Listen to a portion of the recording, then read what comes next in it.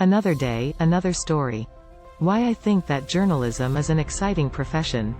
Journalism is an ever-evolving and exciting profession. We can't afford to kill it out because it's so vital to our democracy. Challenges await journalists wherever they may go. Yet there are certain issues that are shared by reporters everywhere. This story details the struggles of journalists and provide suggestions for showing our solidarity with them. The tragic state of the media has been brought into sharp focus by recent global events. Due to exceeding control, several news outlets, for instance, have abandoned Twitter. There is a global trend of governments worldwide attempting to censor material with which they disagree. This exemplifies why it's crucial for journalists to tell the truth no matter the cost. They're engaged in a battle over the confidentiality of data, which is essential in the modern day. Journalists are required urgently at all global press conferences. When they aren't around, people get confused since they don't have access to the information they rely on. Companies in the media industry should send their most seasoned reporters to help the public grasp what is going on. If they don't, it'll hurt the credibility of the news.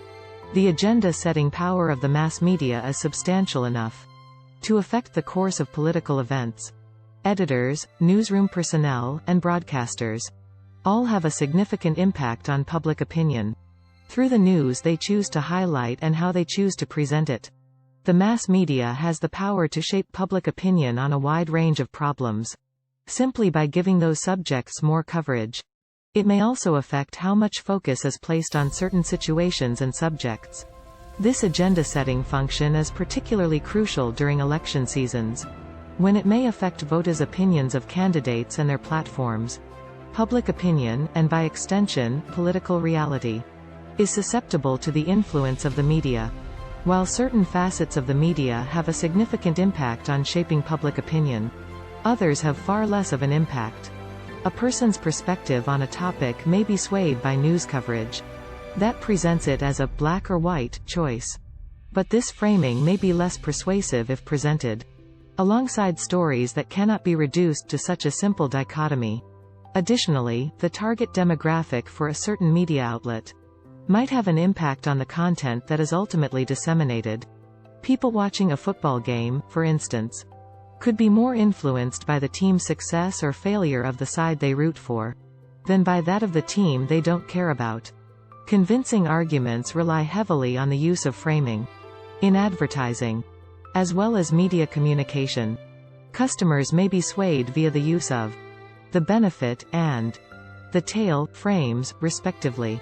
When they are presented with a persuasive argument, an individual's propensity to buy and advocate for a product increases.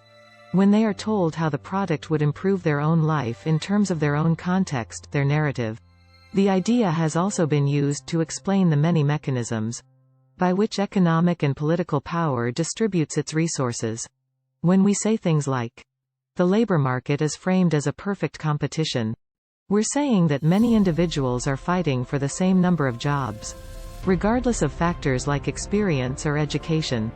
Persuasive communication strategies focused on the use of frames are commonly piloted with underrepresented audiences who may have no existing context in which to place the message, explaining the benefits to the person of adopting a frame, and then expressing that notion using appeal-appropriate symbols, metaphors and language, is the key to successful framing in persuasive communication.